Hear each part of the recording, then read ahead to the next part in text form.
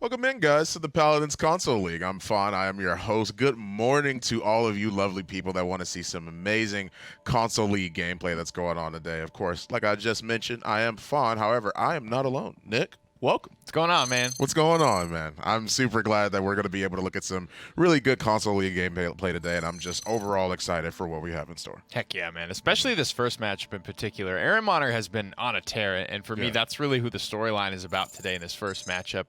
Very rarely have we seen a team, kind of dethrone the champion of that region console combination. For so long, it has been the same couple of teams coming to LAN out of every region, every single time to LAN. It's even like 80, 90% sometimes the same players in the pool. So for Ehrenmanner to kind of be on the upswing here, despite what you think about Flashpoint's performance and some of their issues that they were having last weekend, Ehrenmanner were still in a position to be the top spot now. You know what I mean? They were so close already. I don't think we should be, necessarily taking that achievement away from them, that they're the top spot just because Flashpoint had an off week.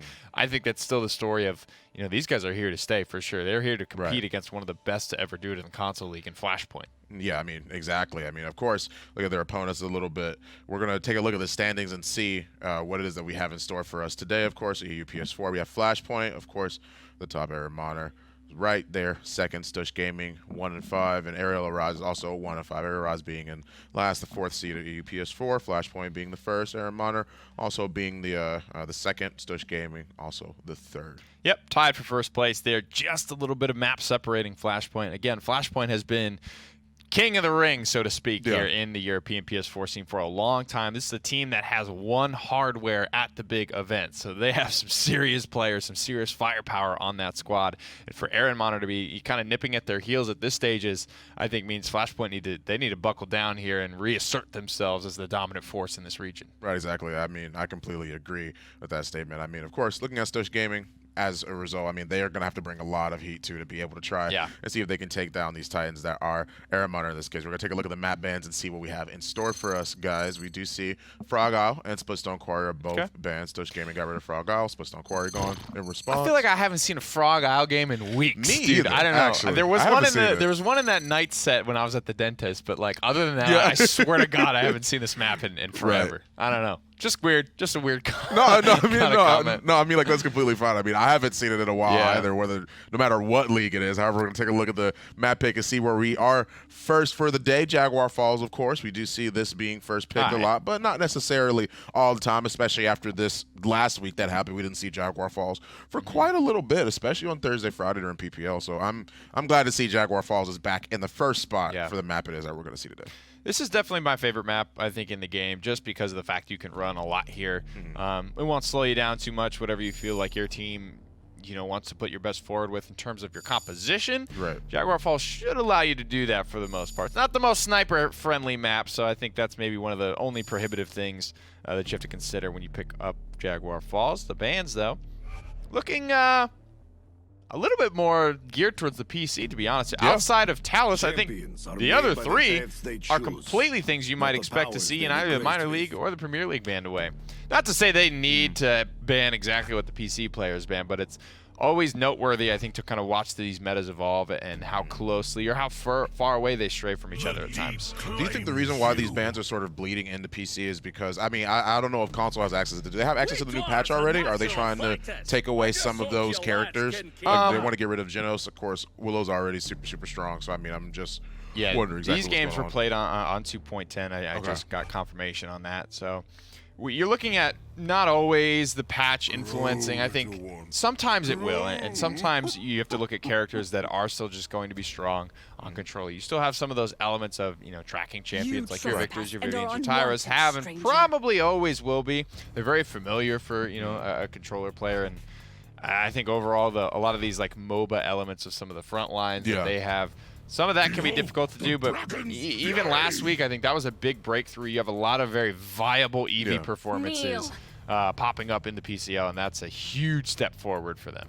Yeah, I do agree with that. We already see the Drogos. We see the Leon being picked, and Cassie Khan being locked in last. Walk me a little bit through quickly. It's exactly, of course, Cassie being picked for the shield break, but Khan as well on Jaguar Falls. Is that I see him, but he's normally paired with Atlas. Of course, Khan is already pretty good alone, but I'm just trying to find the thought process. Yeah, I mean, he's a super strong top-tier off-tank. If you can get Khan and Atlas together, it's a rare occurrence, but it's absolutely very strong. Overpower, very good to deal with the only front line, I think, that can run rampant in the back line, right? If Makoa gets to your back line, it can prove very difficult to peel him away. Khan is one of the few front lines who has not one but two sources of hard peel. Yeah, okay. That makes a lot of sense. Both teams are locked in, though. Jaguar Falls is the first map it is that we're going to be looking at. Once again, guys, I'm super excited for this first game. Casters, take us right into the game. Thank you very much, Fawn and Nick from the desk. Game 1 about to kick off on this Console League Monday. Dolson and Kresnik bringing you the action here from Jaguar Falls. And traditionally, I mean, if we're looking back to last split, this is a relatively close matchup. A refreshing look on Ehrenmanner has them heavy favorites, I would say, in this one. Yeah, they've definitely taken off, at least so far in this split. And I think they did a really good draft here, too. I think that the Drogos from Stush is going to be really tough to execute with, especially with how well Ehrenmanner's been playing, because they know, like, oh, we'll just sit inside, and we'll just be able to get away from you. This is right after the patch, though. I mean, this is the first game we're seeing on Pirate's Treasure. So Drogos now has that 25% efficiency going into the base booster, so Combustible, maybe it'll give him that some extra mobility, you know, the ability to kind of out-rotate and be able to fight inside those little rooms. And I guess, you know, Torvald was a big topic of conversation as well coming into this patch. If I'm remembering correctly, I didn't catch the back end of those picks and bans. I think Torvald was just untouched so far throughout this drafting phase, so that's something to keep an eye on throughout this day, but Drogos is kind of where your eyes go in this matchup? Yeah, I would say so. At least just specifically on Jag. Like, Stush did get the counter in Leon, but on this map, it really doesn't matter as much. I mean, we've seen in PPL, Wormjet's Drogos just not really able to find what they need to from that high ground. And I think the tank draft is great by Stush, but I think it's kind of just evenly matched into the Inara Khan. Yeah, you'll always be happy if you're able to get a Makoa on your side, but in the console meta, we've so often seen, you know, there's one or two extra flank bans, whether in this case, Willow and Talus. And Makoa, and the likes of Makoa and Atlas have ended up getting through a lot of these draft phases more than we would see in a lot of other leagues.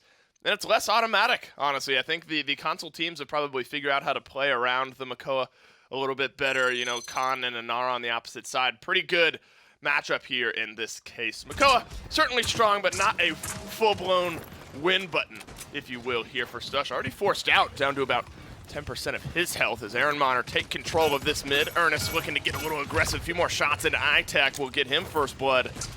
Forced to pull himself back, leaves a grenade as a parting gift. Already Nico Noob way around that corner. No health to get aggressive here. 72% for Ehrenmanner. First blood as well onto the Drogos.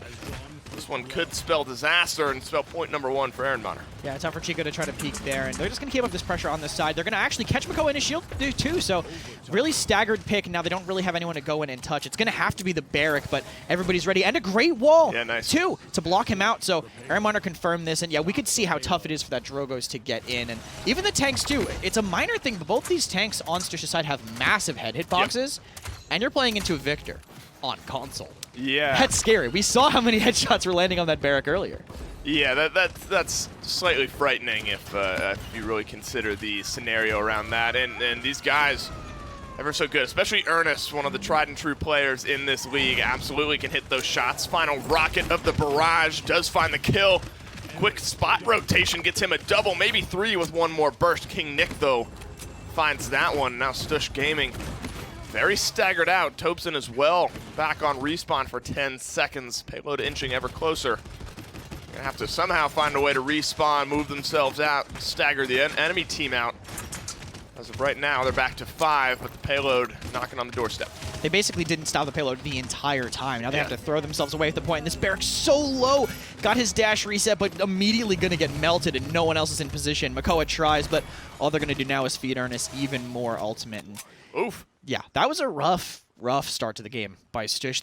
They need to find a way to get onto Ernest, I think. They need to maybe get their Makoa through, but he doesn't even have Ancient Rage yet. Their Barrack doesn't even have Dome Shield yet, so those tank ultimates to buy space aren't going to be there. If they want to go quickly, they can't. They just can't get it. They'll get Dome Shield, but that's not really the space-buying ultimate. You know, you get it once you have it. And you look at, on the opposite side, Ernest was able to open up so much space with that barrage on the beginning or sort of the midpoint of that payload push already has it back up effectively for this next mid. And that's the threat with Victor. Once he starts to roll, he'll get those ultimates up on cooldown. Top damage in the game, only 1 kill for Stush Gaming throughout this one. Went on to Faded on the Ehrenmanner side of things. One more cap and push would do it in your first game of the day on Jaguar Falls. Lots of ultimate utility to work with. Drops the Dome Shield very early on in this one. Barrage, though, is going to see right through that. Forces the Rocket Boots out into the covered area. Dragon Punch is going to look for something. King Nick finds the first blood. For Ehrenmanner, excuse me. Dragon Punch does not connect either to the shots. Ernest, just too much damage to try to turn around. Seismic Crash rips through, and this fight is all for Ehrenmanner. For sure, they tried to send the Dragon Punch to get the victor. Instead, they knew they needed to take him down, but Ernest too smart, a little bit too far back. Now the stagger's just coming in for Ehrenmanner as they just lay into them. Quick's in a very aggressive position with his tanks here, about to flank that barrack, and they really just had all the answers. I mean, the barrage for the Dome Shield while he was being slowed by the Warder's Field, thought he wasn't going to need to use the dash, but ended up having to at the last second, which kind of eliminated his sustain. He had to leave. Makoa manages to touch, but a great overpower pulls him away. He's going to try to get him off the edge, and he does. They couldn't get the body block in time, even though King Nick goes down. They're blocked from touching the point. And that's a great wall. Chico is the only one who maybe could have gone up and over. They do end up fighting through. Ernest with the double kill has kept things in balance here for Ehrenmanner. A good fight from Stush actually has them within fighting range of this one. Nice shots there from Nico Noob. Gets rid of Faded, but a savage Ernest might just seal this one up for Ehrenmanner. 15 streak for the victor. Adds a 16th with an assist. On to Tarek. Shell spin through. Alo last alive for Stush Gaming. That's going to be point number 3 for Ehrenmanner. Kicho has to cancel another Dragon Punch while backing away, and now just kind of in the back foot, Barrage coming in and actually catches Nico, trying to peek from secret. Another kill means they can just go in, continuing to be uncontested. Faded so aggressive here in main and just shredding into this Makoa. His shield, both shields are forced out by the tank, so if Ehrenmanner wants to take this in, they can. There's nothing to stop them from laying in even more damage, and Ernest is already just charging in, taking this HUD control. Good damage around the corner from the grenade as well. Tobson, the healer for Stush Gaming, cleaned up here as the payload rounds his final corner. 5 minutes, 52 seconds into this game, counting the mid-round time as well. You're looking at a potential sub-5-minute win here for Ehrenmanner of true game time. It's looking that way as Stush Gaming can't even take a step forward. Nico Noob down to half health, gets a little bit of healing, but 2 more bolts from Faded. We'll seal that one up. Alo as well. Makoa gone. Barrack, last frontliner alive, but no healing anymore to keep him in the balance. Ehrenmanner firing on all cylinders. Ehrenmanner sweeping Stush Gaming. This is looking like a 4-0 once the barrack falls. Yeah, not too much else to say about this game. Ehrenmanner just looked completely dominant. Drogoz conceptually could have worked. They wanted to see how it would do on Jag after the buff, but just didn't bring what they needed to. Completely shut down. I gotta say props to the DPS though on Ehrenmanner. Yes. I mean, Ernest was obviously popping off, but you don't see Cassie. I mean, we see her a little bit more now, but on console it's not that as easy. It's not super frequent. You're absolutely right, and it's a brilliant composition to play Cassie into. I mean, that's where she is comfortable. But you're right. I mean, you have that on your team. Making good on that potential is a whole nother story. Yeah, you have to be able to confirm those shots. And we even saw how aggressive he was being. He wasn't just shredding the tanks. You know, maybe you would just set your Cassie to that play. Yeah. But get the damage on the tanks and then shift towards the Leon, shift towards the Furia. The harder to hit targets were still getting confirmed on. And damage wasn't quite as high as Victor, but I mean, yeah, it's Victor. Yeah. Hard to keep up really with that. Nico Noob was in the realm at 50K. Ernest, though, running away with it, 17,000 higher than anyone else. And then you look at the healing numbers as well. Lots of double-digit or 6 digits for Grover up top there. And Tobson a little bit lower in the mid-60s. 1-0-22 for the Grover, 13-0 and 11 for Victor. You're going to be hard-pressed to find a win with those kind of slash lines going on. 2 players stuck to triple-digit credits on Stush. Only caught 1 on the Drogoz, so yeah, that's rough. That's rough for them. I mean, it just, the pressure from Ernest was just keeping them locked down the whole time. We can see there's one of the triple-digit players, and here's the other coming in and almost getting picked by him in the end. Great tracking by Ernest. Nick does get the follow-up for him, but mean, what else can we say about Console Victor? It's super strong. The burst damage is good. The aim assist on the controllers makes it very easy to confirm these shots, especially on the characters he's playing against. Makoa Barrett, again, massive heads. That's 990 damage if you hit a triple headshot burst. And if you even look at him just as a champion, we've started to see him some in the minor and the console league in certain matchups, or the minor and the Premier League, excuse me, in certain matchups. He's just very, very strong. He is point, shoot at your head ideally, do a lot of damage, and confirm your team to win. And he had that in spades throughout this one. End of the game, undying, double-digit kills, double-digit assists. What more needs to be said? Frontline matchup is something to look at as well. The Makoa 0-6-0 for Stush Gaming.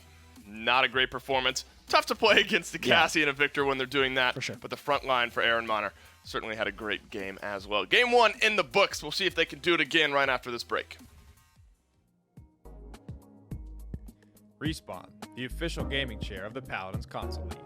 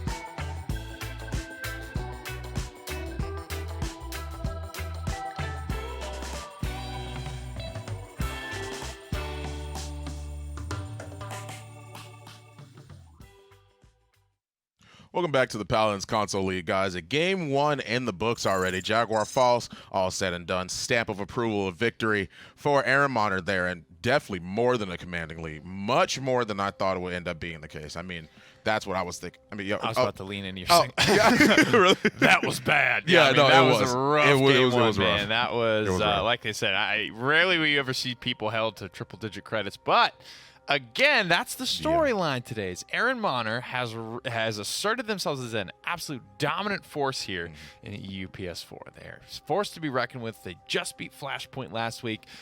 Despite those struggles, if you want to take away that victory, that's up to you. I'm not personally, because they are coming out and still having those Flashpoint-like dominant performances over the rest of the teams in this league.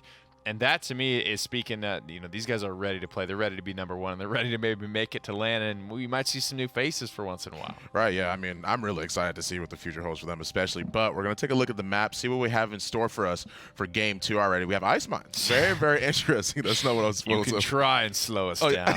Stush. Yeah. I mean, yeah, that's... Oh boy. This is an older tactic, but it checks out, Commander. People are learning how to 4-0 you on Ice Mines too. It worked for a while. It had its time in the sun. Slowing the set down still happens. Still objectively true on Ice Mines, due to the fact that it just takes mathematically longer to get to the point, to capture the point, and to push the point down to its conversion point on Ice Mines than it does on some other maps. So theoretically, yes, the game will slow down, or the set will slow down a little bit, but people are getting better and better at how do we set up really dominant team compositions on Ice Mines, and how do we convert on Ice Mines too. That's happening more now than ever, so it will accomplish that goal, I think, from an objective standpoint, but technically people are getting so much better at Ice Mines that this could still be a pretty quick 4-0. Yeah, I mean, Ehrenmanner, man, like I said, I mean, they were looking more than good already. Locking in the Grover, locking in the Con, something that you see that Grover a lot on Ice Mines too, and I guess that's just because of the close quarters that you normally are. You want to be able to death ball and roll your composition together, right? Like that's typically what the mindset is for Grover. Pretty much. There's not a whole lot as support. And are unwanted. Every map has, rough areas that you stand in that you can safely kind of move and rotate in your amongst your back line to keep people healthy, to keep people safe. Now on Ice Mines, that area is maybe a little bit smaller than some of these other maps, and in terms of all of the relevant teamfight area where your teammates are going to be moving and rotating to, which normally on a map like, say, Splitstone, right? You could have an EV flying off into, Nebraska, right? But here on Ice Mines, You usually run double backline, and your frontliners don't stray too far from you either. So as Grover, even though you don't have a lot of elbow room, you can kind of keep everybody encompassed in your blanket of healing. All right, yeah. Well, we see the Maldamba here as well, of course. The Nara Maldamba combo and them together is really strong. Too. Drogos, yeah, and the Terminus. I mean, we've seen it before. I mean, yeah, man, Zarini the god. Zarini is putting this one on the map, and you have to say, Console did it first. Yeah, I mean, Console did it first. Gotta give credit where credit's due. Of course, Grok too. And that's good into a Nara. I mean, I feel like that's I like very Grok. strong. Yeah, I mean, having the deployable is nice for sure. But again, tracking character, very good with Console. Hit a lot of these shock pulses. The movement isn't very volatile either on Console, so I think Grok can consistently hit these. And Grok is great for all that movement speed. He's going to give Terminus to get Terminus more effective as well. Yeah, I mean, we're going to have to see if Stush is going to be able to try and make this comeback, try and stop the momentum that Ehrenmanner seem to have. Casters take us right into it. As we dive down in, Stush Gaming, they stick with the Drogos, Kresnik, which, I mean, I think you have to put an asterisk on game one. I mean, that was just a huge game from Ehrenmanner. Everything seemingly didn't work. If you are just looking at the slash lines from game one, you're thinking Makoa is a horrible champion, which is absolutely not the case. Do you feel okay about Drogos here as well? I mean, it's Ice Mines versus Jaguar Falls, right? I was saying how it was going to be really rough on Jag, but on this map, it's very different, I feel. Drogos, super influential on the mid-fights. You can't really hide from him as well. There's too many ways for him to get that spit in. So many windows, so many angles he can take, but it's going to be tough. Ehrenmanner has a really solid draft. They have two different reset ultimates, the Tempest and the Whirlwind. Both either will keep their team re-healed or let them go in. You know, they can pressure with it. Willow 2, that's basically the counter to the ultimates on Ehrenmanner, and it's in their hands. Yeah, there's lots to look at here. Ehrenmanner, very interesting composition across the board. Grok, Willow, little Terminus as well, playing some point tank. It was PPL this week, right? We saw a point tank Terminus on Ice Mines, and it looked pretty good throughout that game, if I remember correctly. So Ehrenmanner picking up on a little bit of that, looking for some Terminus value here. They were able to get about 30% engagement on this right-hand side. Shoulder bash rips through from Aolo, looking to find a kill. Might only trade himself out for it. He's able to stay alive. First blood from Topson. What? Gets the kill onto Ernest. King Nick trades out as well. Lost the engagement to the Damba, but that early Tempest, everyone else is halfway to their ultimates, and a Tempest is already flying through. That's the power of Grok. Charges his ultimate so fast. And all he did, though, was bring his own Grover into melee range and tried to get a little bit of damage. And clearly it was enough. The support's cleaning up the entirety of the team to let Ehrenmanner get that objective capture. And that's just how fast Shock Pulse charges. I mean, morale boost on Grok is not an uncommon buy. He's already halfway. Yeah. Watch the Shock Pulse. I guarantee you if he... Okay, well, he hit the wall, but if he had hit the Anar with the Shock Pulse, it probably would have been another 6-7%. It charges incredibly right at 50 fast. right now. 8% off one Shock Pulse. And the healing and the damage from the beam. That's nuts. why it charges so quickly and why it's so good. 72 already, so as soon as they charge that, they could actually Tempest in and walk at this Drogos and Inara. Ooh, that's a good combustible, though. That's a good fire spit. Seismic Crash down onto iTech. Terminus is going to shrug that one off, though. Dragon Punch flies through to the right, finds Ernest, but he's in a bad spot. Unable to get out as Quick's faded. Finds the follow-up shots there. First round of ultimates starting up for most of the people in this game, but already your second Tempest is ready to go here for Ehrenmanner. You hear Dread Serpent that tries to counter out the Tempest.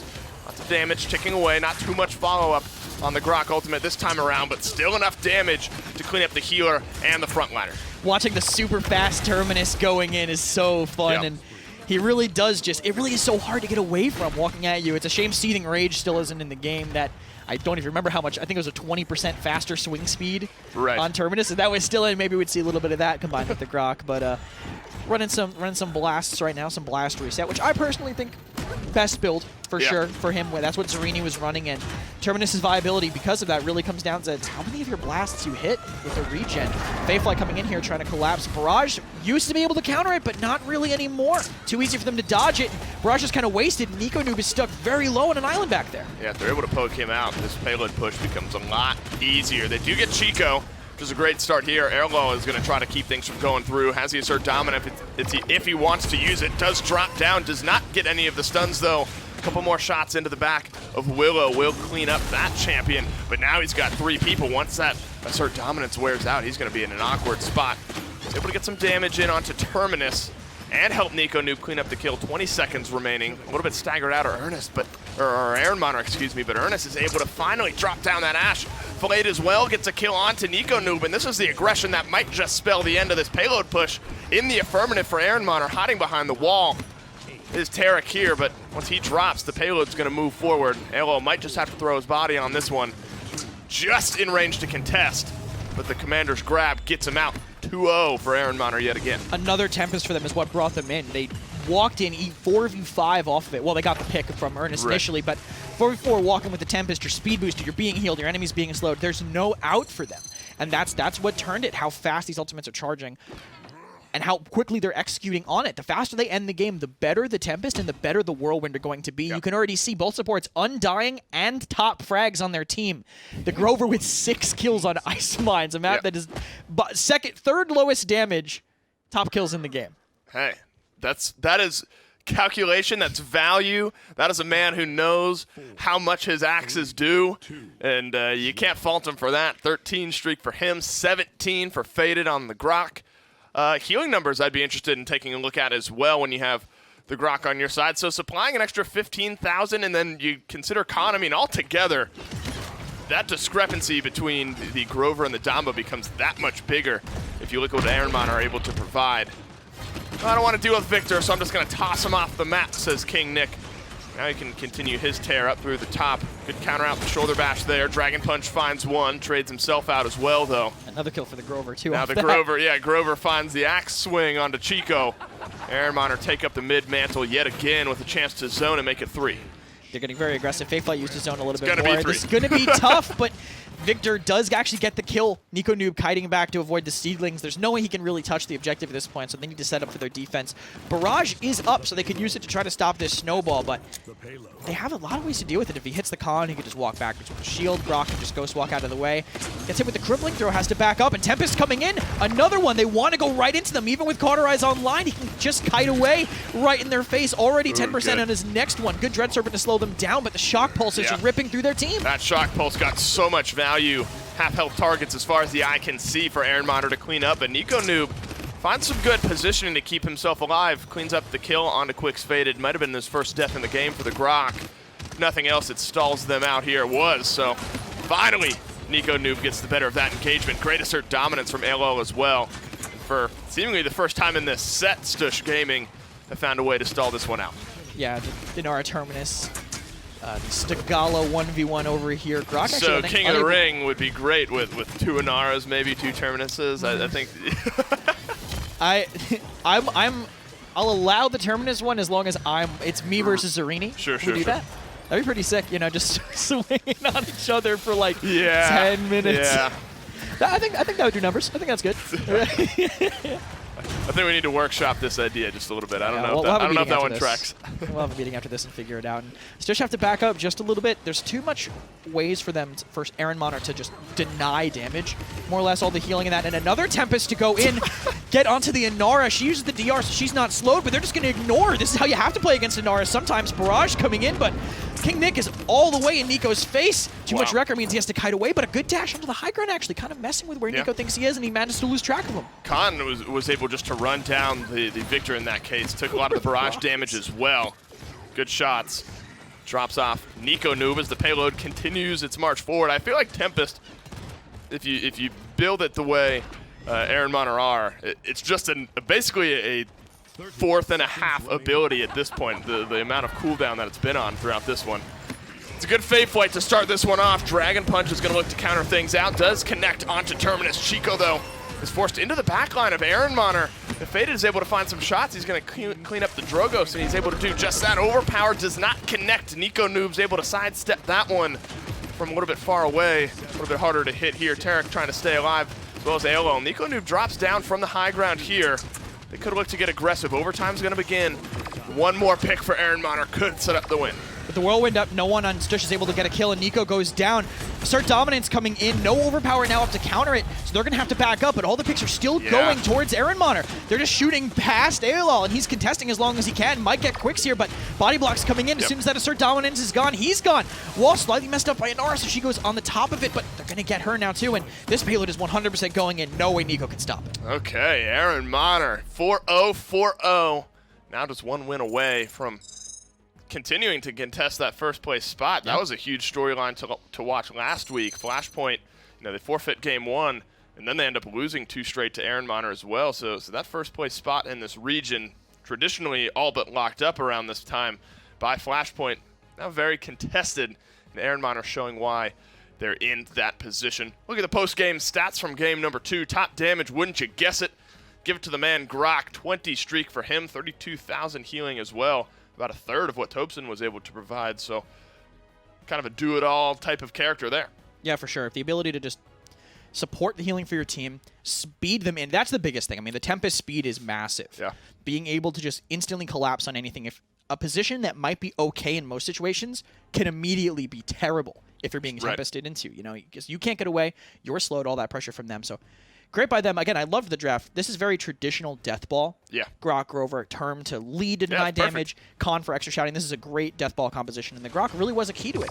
On Ice Mines, it's super hard to deal with. Showed you why. 18 KDA for him. Shock pulses continuously hitting their mark, charging up the. I mean, he had morale boost 2 by the end of the game, and what we were saying, 8-9% per shock pulse. Over the course of a couple seconds, that Terminus is up almost every minute. I think he had it up probably twice as much as anyone else had their ultimates throughout this game, and it's the ultimate switch. You're essentially using it on cooldown at that point, and every fight just becomes that much easier to win. Yeah, for sure. Enemies slowed, you getting sped up, it's massive. That, again, combined with the Whirlwind too, 2 ultimates that will just reset your team and let them go. There was a meta, oh god, I think it was pre-Cards Unbound, I think it was like OB 61, 62, okay, where that was like the thing. It was like you had to get a reset ultimate on your team or else the enemy team was just going to beat you. Yep. Even with Cards Online, you weren't able to outpace it, and they're still good today.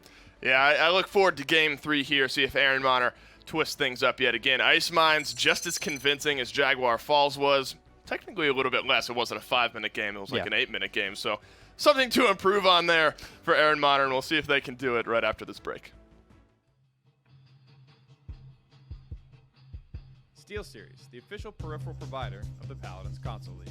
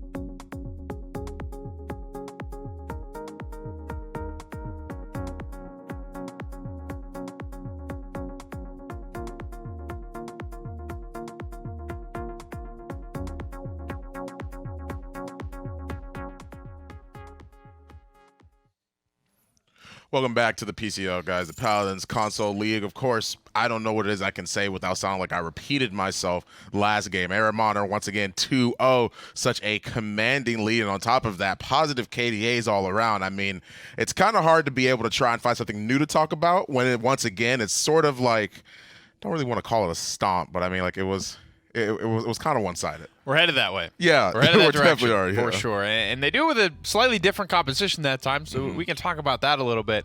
And while it might not be the most common thing ever, seeing Groks and Terminuses, even for console, right? You'll see that here from time to time, but it is still, I think, a rarity, and it's still worth talking about. But it is kind of like a bulldozer, snowball-y composition.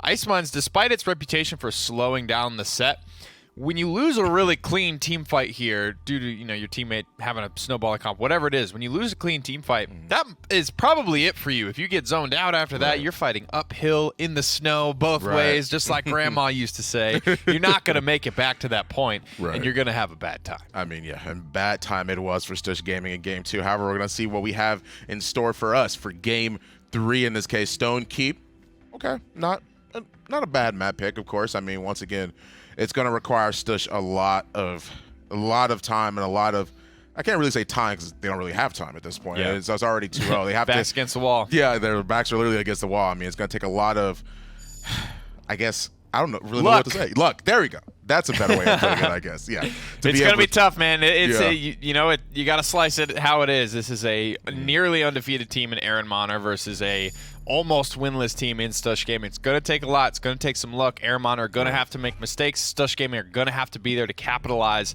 and recognize those mistakes as they are happening. Right. Or this is going to be a 3-0. Yep, I mean, exactly. I mean, it seems to be a pretty good start already. Makoa is open, of course. They do decide to lock that Makoa Grover, same as before Stone Keep. Normally when I see this, Stone Keep sort of like, it's not necessarily a bigger map, but it is more linear. So I'm wondering, at least a little bit of thought process of like, you pick Grover, you pick the Makoa. Makoa obviously has a lot of health. Grover can heal plenty of people in an AoE. Does that mean they're looking for a keep control? Is that what I think so far? I think that's not a bad line of thought to follow because like you mentioned, like we talked about on Ice Mines, you have to think about the confines of where you're going to be realistically standing as Grover. Grover can still heal above him, as well as I think a little bit below him. So as long as you're in that sphere, like you're kind of good, whether you're above him or below him, within reason. So keep, you can realistically be healed, high and low by Grover. He can make those rotations very, very quickly. Things like that. With Makoa, I think you're pretty spot on. Anywhere Makoa is standing is roughly in hook range as well inside of the keep. But you can. That's the kind of the fun part about Stone Keep is you got to see like how it plays out. There's a lot of different ways to approach the start of Stone Keep, where you might look at like something like a Serpent Beach is like pretty vanilla. Like most of the time, 1 point frontliner goes down to the point. Everybody else pokes each other behind the waterfall, and somebody dies, and then you move on from there. Right. This could be a clash in Keep. It could be a clash in the Church. It could be one team going either, and then they poke up and down across at each other.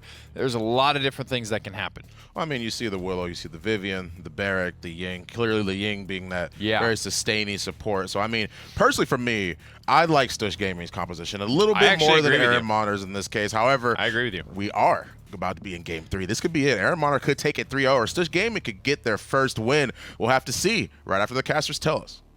Well, for Stush Gaming's sake, let's hope that Nick and Fawn are correct up on the desk. They do have a great composition. A lot of it, in my opinion, kind of pivots around this Vivian, the Willow as well. But if Vivian is ever able to sit back and just free fire, you could say the same about a lot of champions in this game. Vivian certainly no exception to that rule.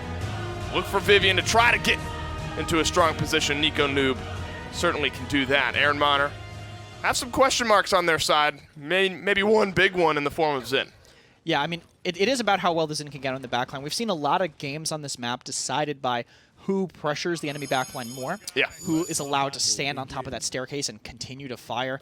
We'll have to see where Stush position and how they decide to protect Nico. Looks like they're gonna be on the Church side on the low ground, so that's actually a pretty big advantage for Ehrenmanner because now the Xin can kind of decide exactly where he wants to engage. Right. He can dash from the high ground and pretty much land on anybody. His team just has to be ready to collapse after the fact. Yeah, they're all forced back Church side here.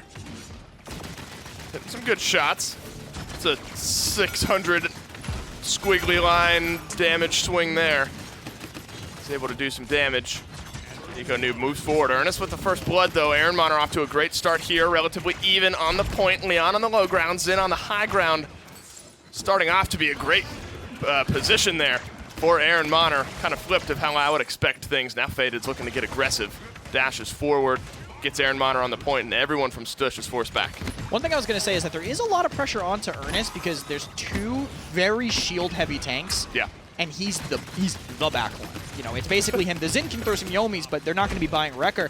And Ehrenmanner do take that on the back of that first pick. No one on Stush is able to touch the point. Now, they're kind of just throwing themselves on the objective. They know they're a little bit too delayed. They have to get themselves out of the fight.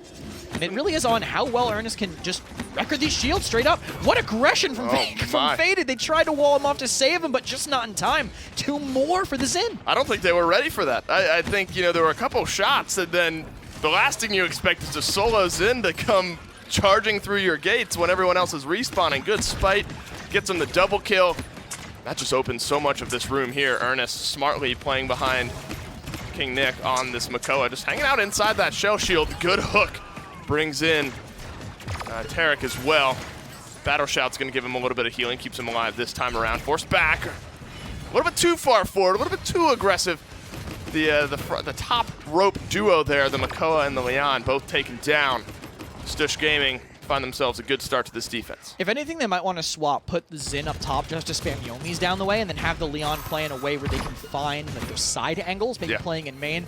Just because the Leon will never win a fight against the Willow when there's corner pressure. Sure. She got it early. She got that double pierce to reset the presence. Didn't hit the second presence, but the threat of it was enough to shove back Chico. Now that they're trying to take this, I think they do need to make that swap. They need to have Ernest play on these off angles because it's just too hard to duel that. Right. Loser Rift comes in to try to keep them alive, but they just keep getting forced back. It's still a stalemated fight. Yeah, plenty of damage, even though it's only 1 kill for Ernest. Doing a good bit of damage in this game. Getting some good kills here, Stush Gaming. We haven't been able to see a full, complete defense from them throughout this set. They've been able to, win these middling engagements. Haven't been able to seal things up. A good stagger here. Onto the Inara is going to help that cause.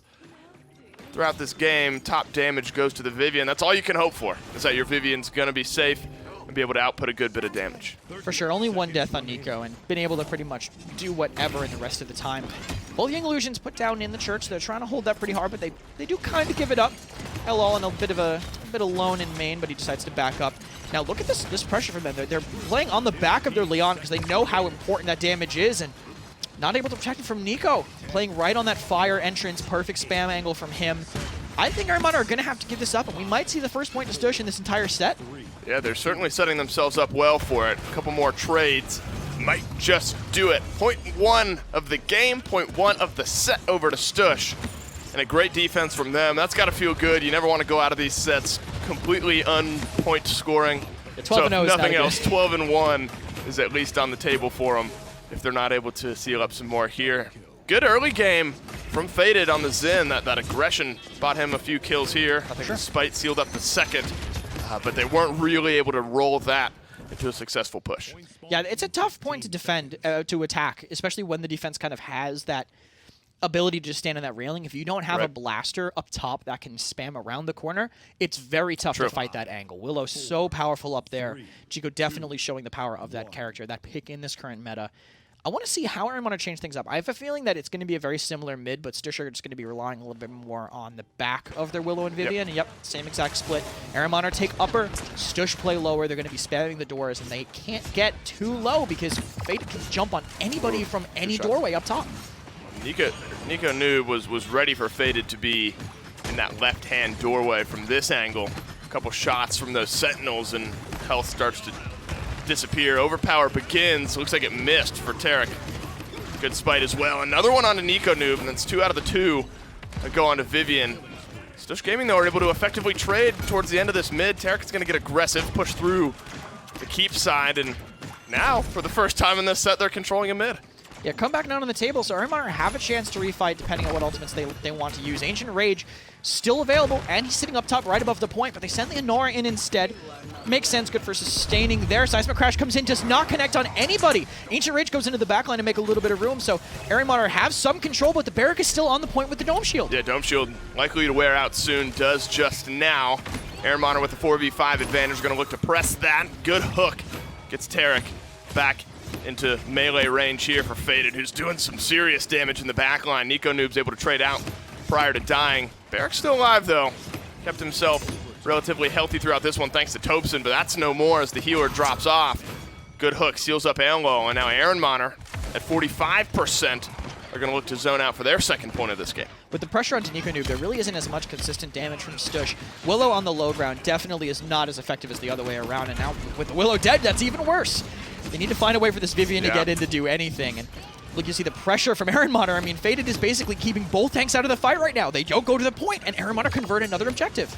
And now you look for what Ehrenmanner are able to do to force this one forward where they fell a little bit short last time. Ernest stuck with King Nick on the Mako last time around onto this high ground, but they got forced down almost immediately and weren't really able to gather themselves on this push from then. The high ground went entirely to Stush Gaming from that point onward. And there's not really any mobility aside from Vine. I don't think you want your Grover trying to take that high ground in this case. It's not super ideal. For sure. So Ehrenmanner need to take it and then keep it in this case. Yeah, they have to find a way to get that. And I think, again, either ignore it and just play your range, or just have your Xin there super far back and spam Yomis, and just make it so if they come in, they have to walk through 850 damage. Spite from ability to go behind. Nico Noob going down as well, so a lot of damage off the table. Chico getting very aggressive onto Makoa, does get King Nick, but actually with the other pick onto Ernest as well, this is looking great for Stush, even with that potential flank. Yeah, talk about mobility. I guess if you're counting Spite, no, it works. That adds a little mobility, right? For Xin, we do see that a good bit. That's a good example.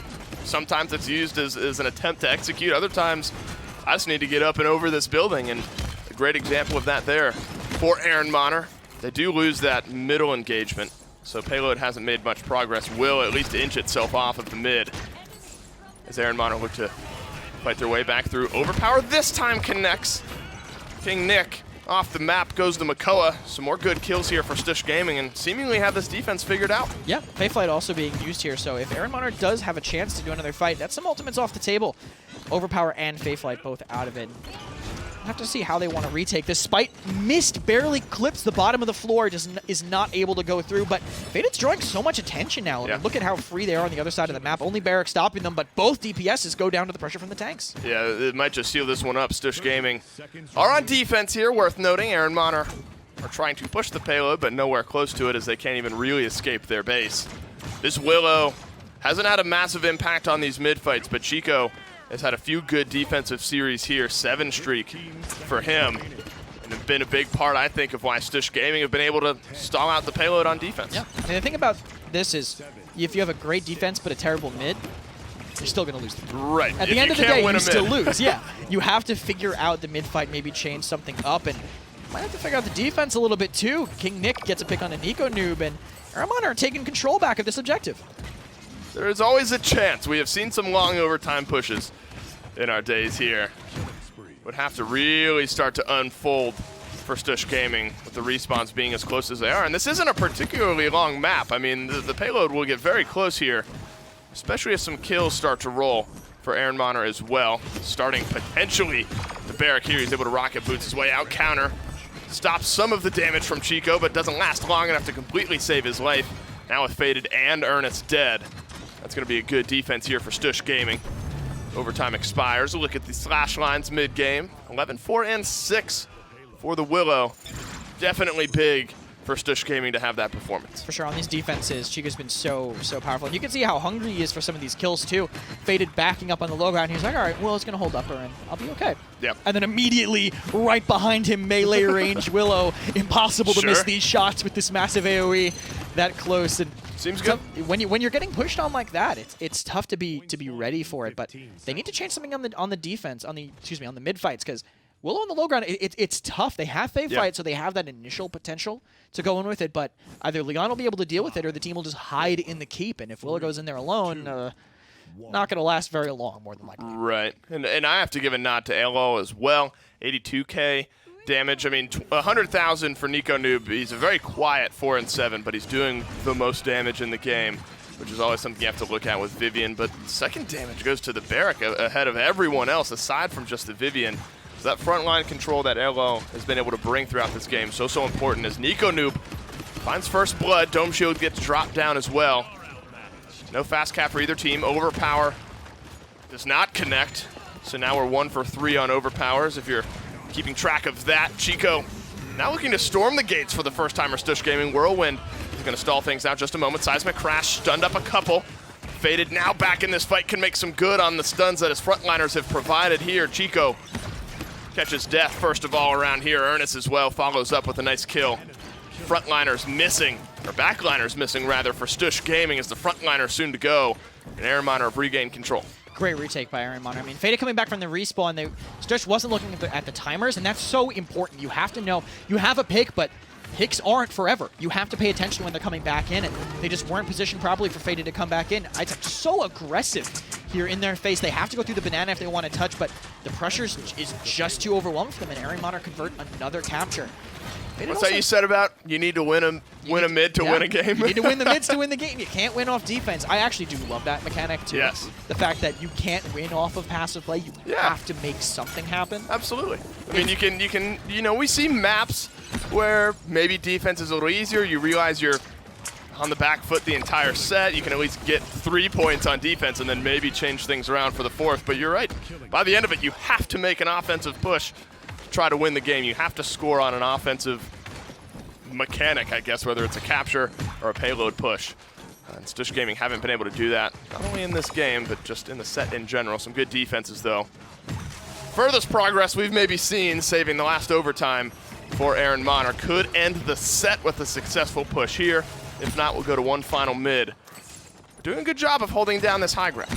I don't love this adaptation by sending both DPSs up here, because Sure. I feel like you'll end up just both getting stuffed out by the Willow. But Chico gets way too aggressive, flutters into the backline, but I guess it's enough. I mean, it caught a whirlwind in Grover, so now Stush is going to push this a little bit more. Ernest most likely going to go down here, and that was a really weird play. I mean, they flanked, and it was okay because they had a good angle towards everyone that was far back with Willow on the low ground, but then he just fluttered in and, again, played melee range. A lot of that from him on the defense, just trying to take it to them, and I guess that does seem to be a weakness of Ehrenmanner, but most of the time that won't pay off against teams that are ready to pick you. And we mentioned, wow, they're actually kind of holding the high ground here. I mean, that tends to happen, as you point out. They have both of their DPSs up top. Going to be easier to control the high ground when that much damage is pouring into Stush on the back side of that top balcony. Faded has shown that he'll use his spites for mobility. Catches one this time around. Elo down to half health this time. 1-2 more shots will do it. Nico Noob, though, gets Ernest with 27 seconds left. One more shot for him to get back in this fight. And iTech killing out Elo actually makes this a little bit more interesting. Now you're relying on just your con to try to play point tank down there very low, and maybe he's just going to hang back. A kill on a Grover makes this a lot more difficult. Chico's going to try to flutter forward, get the kill. One more shot will do it. Doesn't even end up needing it, but he might trade out with Faded. He does. Nico Noob, though, stayed alive on the high ground, found a double kill on the Vivian. And overtime will begin, overtime will end. Now the question of can you win a mid comes to fruition. Stush Gaming need to win this one if they want to continue this set. And unfortunately for them, their comp just gets worse as the game goes on. Barrack and Khan fall off a lot harder than Makoa and Inara do. Shell Shield, gets a little bit worse, but you're not playing Makoa for Shell Shield. You're playing him for a lot of other things that are not quite as reliant. The damage is there for them. So if they can just find the kills at the right time and not forget about the respawns and just lose the retake fight, Stush have a chance. They could make this happen. They just have to be a lot more just cognizant of what's cognizant, I think is the word, of what's going to happen. And there have been moments throughout the mids where you're right. It's looked like that. They have a 3/4 of a mid put together and then end up losing on the retake. Same strategy from Ehrenmanner, though, as they look to seal up this set. Move to the high ground, send Nico Noob down here for Stush Gaming to the left. Faded, playing from the same window he has been throughout the rest. Elo back onto the point. Overpower, 1 for 4 now, if we're keeping up with that. Chico is going to try to get some cleave damage here. King Nick gets aggressive. He has the Ancient Rage to keep him alive. A few more swings will do it. Doesn't have his hook for 5 more seconds, but he forces everyone from Stush Gaming back as Ehrenmanner are looking to push forward. A good flank from Faded might end up netting him the kill onto the healer. For Stush Gaming doesn't do it. Might end up dropping as well once counter wears out. Stays alive, actually. Good healing from Grover. And somehow Faded escapes that with his life. Are we just replaying the same mid over and over? It feels someone put on the wrong tape, and we've watched the security footage of this mid 3 times in a row, but it really is just the same thing coming out from Stush, and again, they continue to lose these fights. They have to change how they're approaching this, and now they have a potential to retake and have good cap time, so maybe they have a chance, but Faded getting so aggressive onto Chico, but you're not going to win that corner fight as a Xin against a Willow at least. King Nick in the way, but a hook onto Chico might force out some cooldowns. Shell Shield used, and he's just a little bit faster, but a perfect heal by Flake keeps him alive. Oh no, he stayed alive, and Ernest got the kill. That's huge. 1 less DPS for Stush. 93% on the point for Ehrenmanner, but healing gets cleaned up here. Stush Gaming starting to maybe retake this one. 99% for Ehrenmanner, all the kills for them. Stush Gaming find a double kill on the Vivian and might have just found their first win. Oh, they hit their head against a brick wall over and over, and it actually broke. They actually did the same play, but it ended up, the bait worked perfectly by the end, and Stush do manage to take it. That was Chico way overextended, but it ended up turning around. I mean, you got to give hats off to them. As fast as 1 and 2 were, 4-0, 4-0. Now you get a 4-3 on Stone Keep. You maybe look back to the compositions for Ehrenmanner here. You're lacking some mobility, whereas the Willow was just out mobilitying you throughout the game. Zin, what were your thoughts at the end of the game there? I thought it ended up being all right. I just think they needed to position differently on the pushes. Yeah. I think, again, that Zin way further back, Yomi has no range limit. You could have just chucked it all the way from the entrance of Church and then had vision of that bottom left where Chico kept flanking when they were trying to get those picks. That's true. I mean, Stush Gaming at the last possible moment make some adjustments to their mid to win the game. But Ehrenmanner weren't really able to change up too much on their payload pushes. It's a little frustrating. You win the first 3 mids, don't get a single one, and then you lose the last one. That's got to be a little aggravating. 253,000 healing for the Grover. Not quite enough this time around to keep his team in it. Not really attractive slash lines anywhere in this game. Both teams kind of bashing heads. Tarek at 10, 4, and 13 has arguably the cleanest looking. 0, 5, and 24, of course, very good. That front line, you know, so much of our focus was on the Willow, the Vivian, but there was so many good plays from the front line. Nico Noob as well. We mentioned you need to stay back, you need to stay safe. 9 deaths, a little high, but he was able to at least find the damage. Good for top in the game. Still ended up having 6 less deaths than Ernest. So True. Getting the better of that. That's even with the flank pressuring him because, you know, Ehrenmanner, Zin constantly on Nico. Ernest didn't have to deal with that. He had the Willow that was occasionally diving, but no constant flank pressure that he had to look for. So Nico, I think, did a pretty good job of that, put in a lot of damage. And, Absolutely. I mean, top damage by a long shot by the end of the game. I think it was 20 or 30,000 higher than the next person in that one. Big fight back there from Stush to avoid going out of this one 3-0. Again, very traditionally, at least this split, a one-sided matchup where Ehrenmanner have only lost a set to Flashpoint. Only dropped a handful of maps, effectively mirrored as far as map differential, win-loss differential. So this is a big win for Stush to prove they can at least hang with the tied for first seed in this region if you're just looking at wins and losses. We'll see if they can do it again right after this break.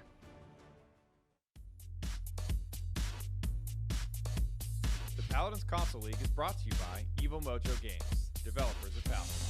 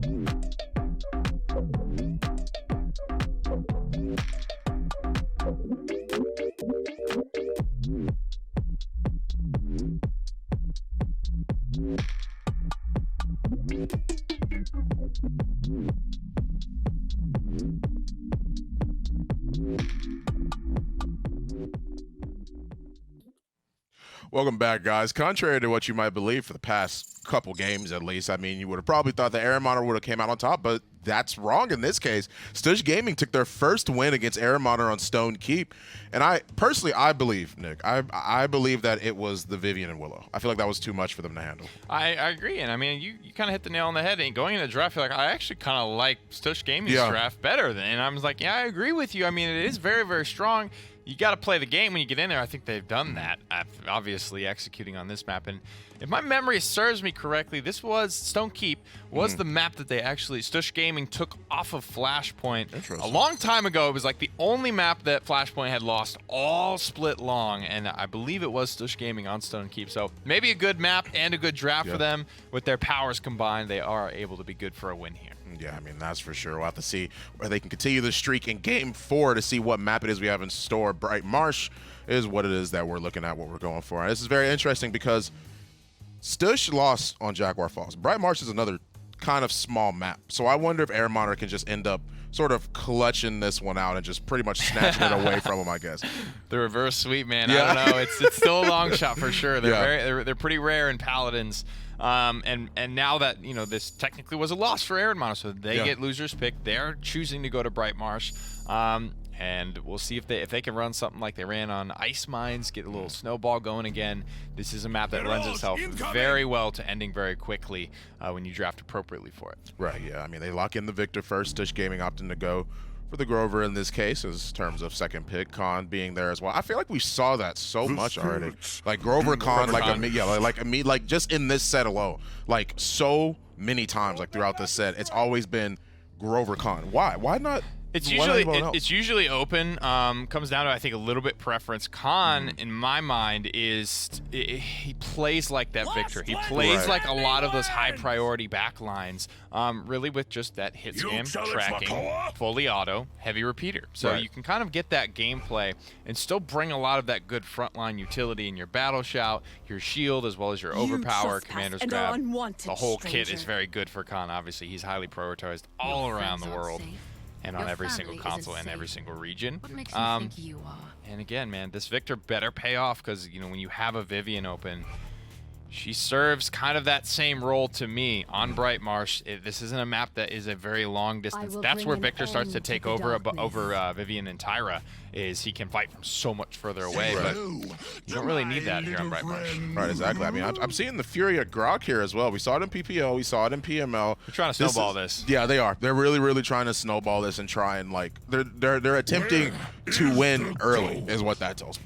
Yeah, if I'm honest, man, I would rather have a Vivian because the way I see this team fight playing out is you pop the Sinflame, Tempest at the same time, and then you've got Vivian just bulldozing over you with Barrick Makoa in front of her. And it's like, I don't know, I feel like that's better personally than a Victor, but Victor does cover up, I think, some of the weaknesses outside of like that all-in go moment. I think, you know, Victor still has his merits. Yeah, I mean, well, here we go. Game 4, highly anticipated, just like my attitude towards Borderlands 3 this past weekend. Game 4 is in store.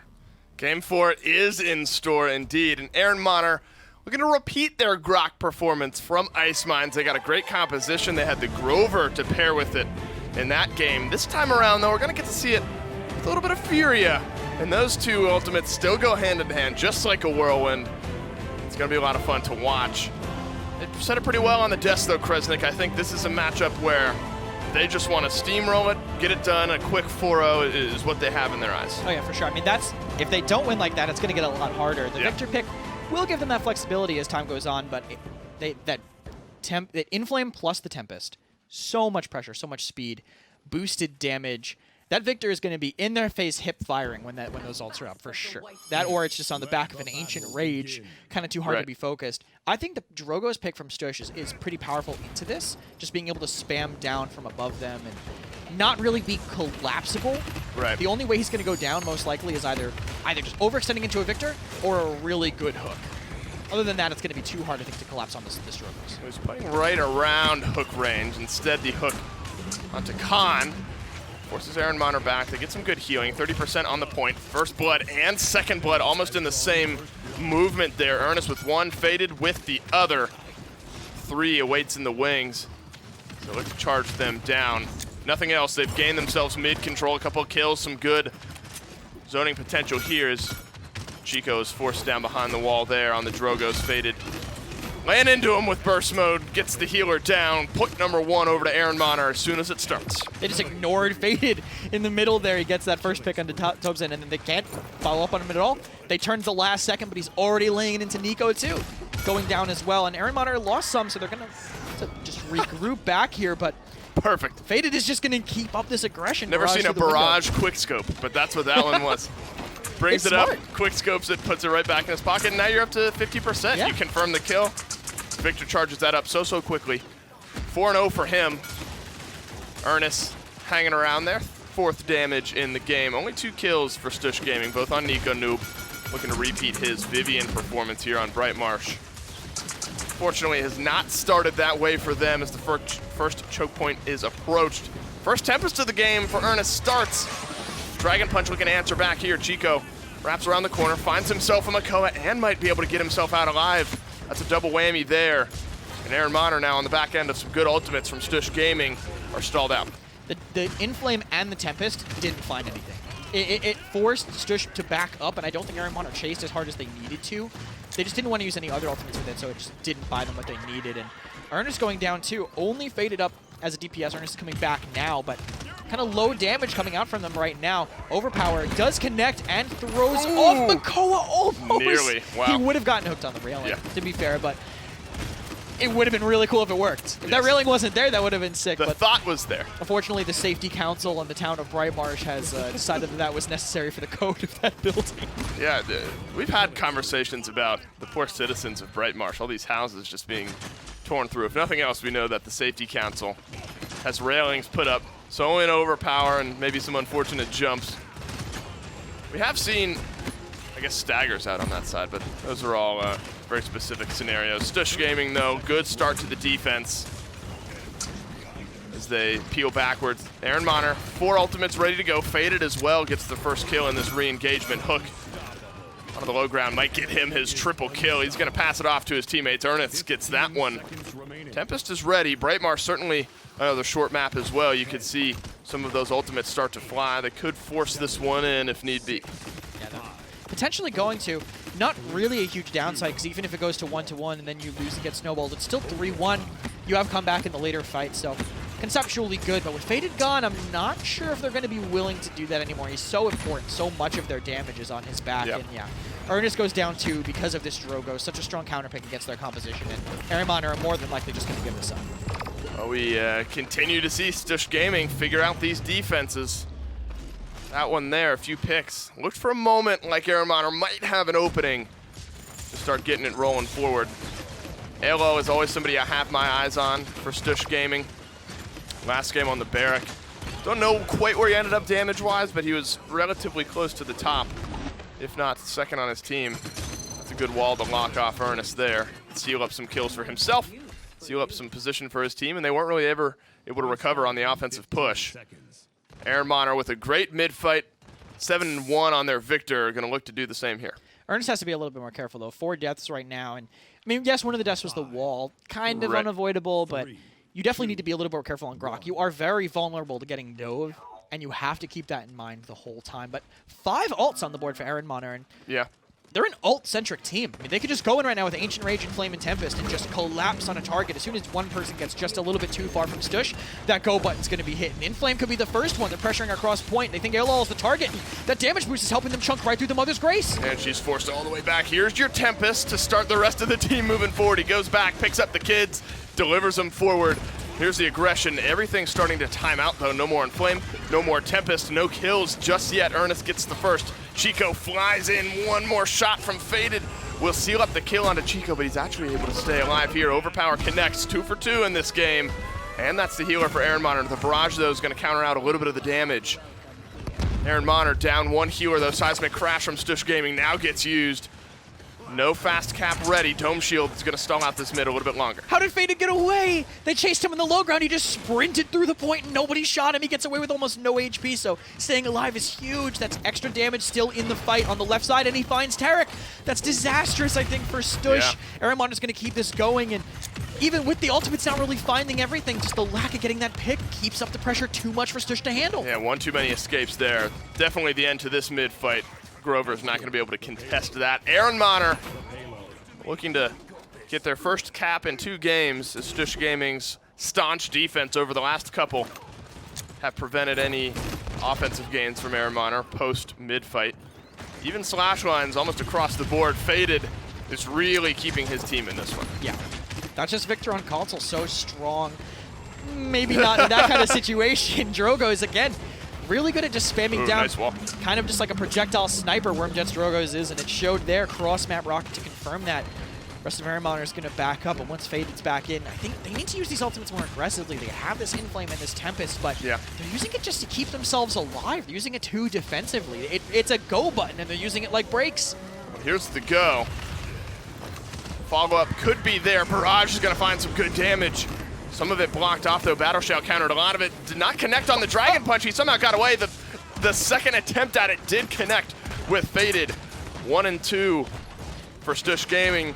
Looks like Ehrenmanner yet again might go searching for an offensive push.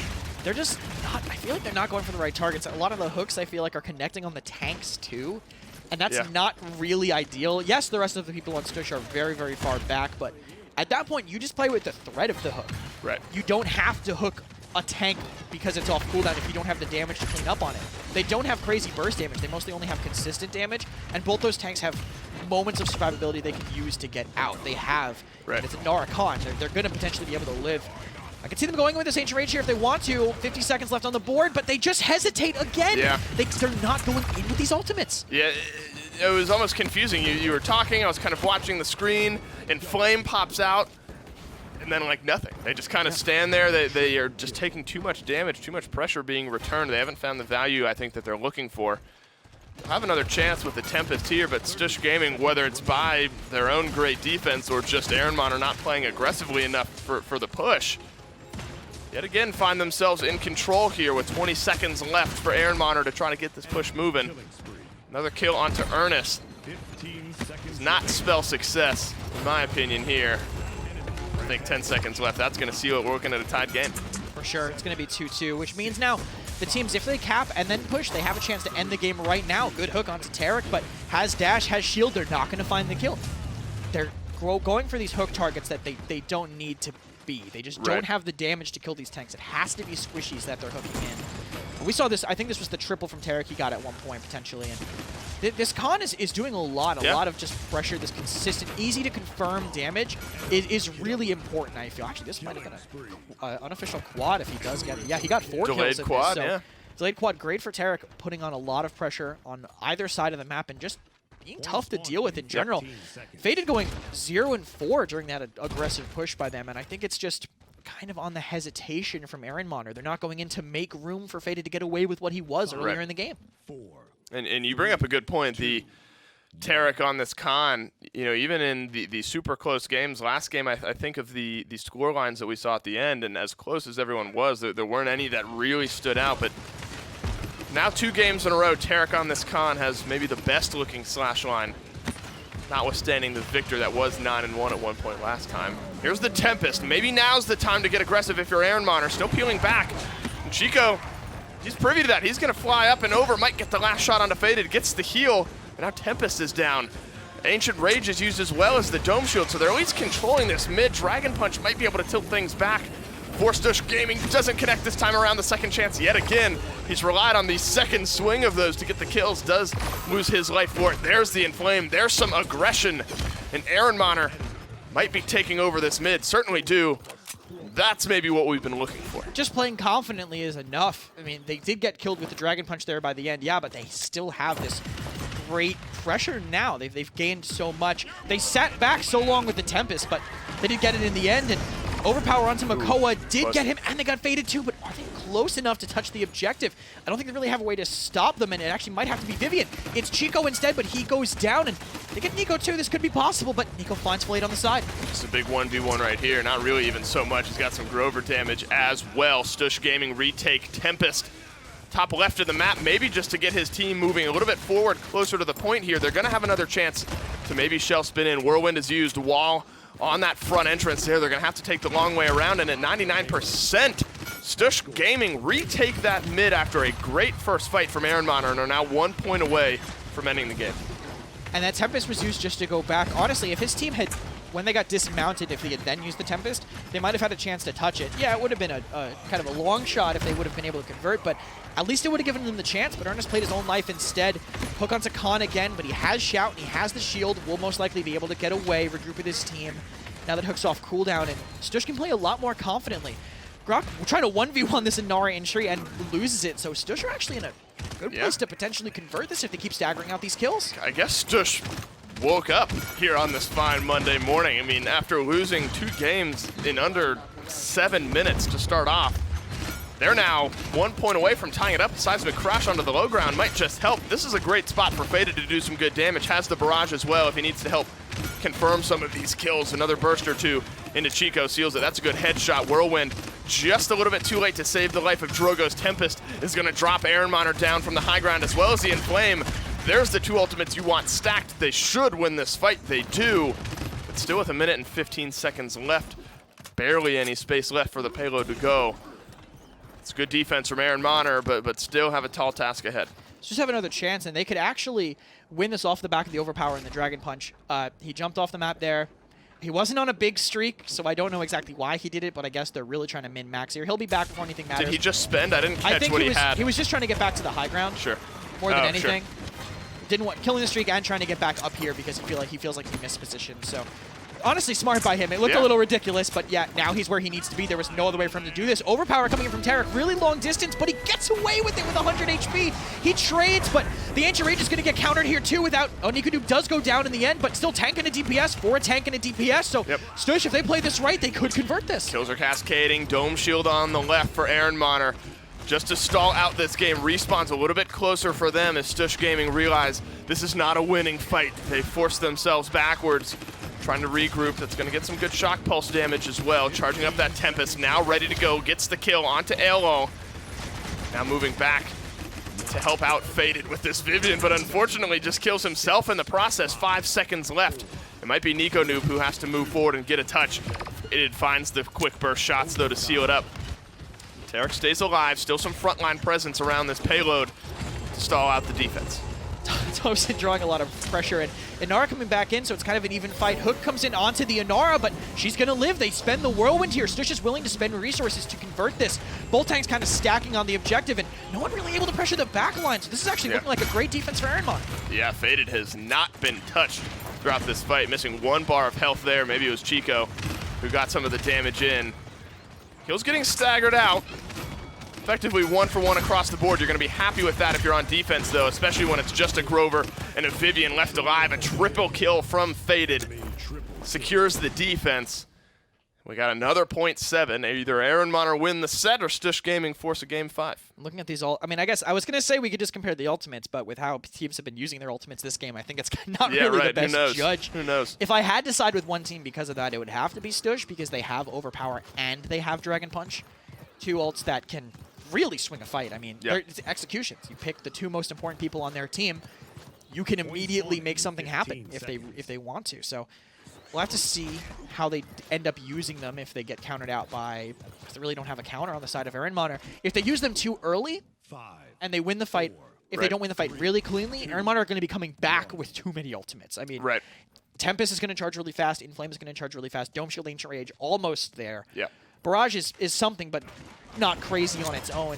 So Stush have to win this fight decisively, I think, to make their ultimates worthwhile. Well, the defensive wall is not the start to a defensive fight yet for Stush. Ultimate starting to charge. A couple morale boost 3s for Ehrenmanner. Hook doesn't connect for King Nick. Down to the right. There's the overpower. That one does connect. Faded onto the wall there. Doesn't die. Just a couple burst shots on the end of the overpower, but they do secure the kill nonetheless. Stush Gaming now in control. Dragon Punch looking for some value. Doesn't find anyone. Gets caught. Now is just going to clean up the kill onto King Nick. Stush Gaming do decisively win the first part at least. Not complete sweep. They at least are very in control. 75% on the mid for them. Make it 80. Ehrenmanner looking for a way to get in, get a touch. There's the Inflame. A great wall. It's going to stall out the front entrance, so they are able to get through. Tempest starting to burn away through the Stush Gaming lineup. They finally use the Tempest to touch the objective, and now King Nick coming back in.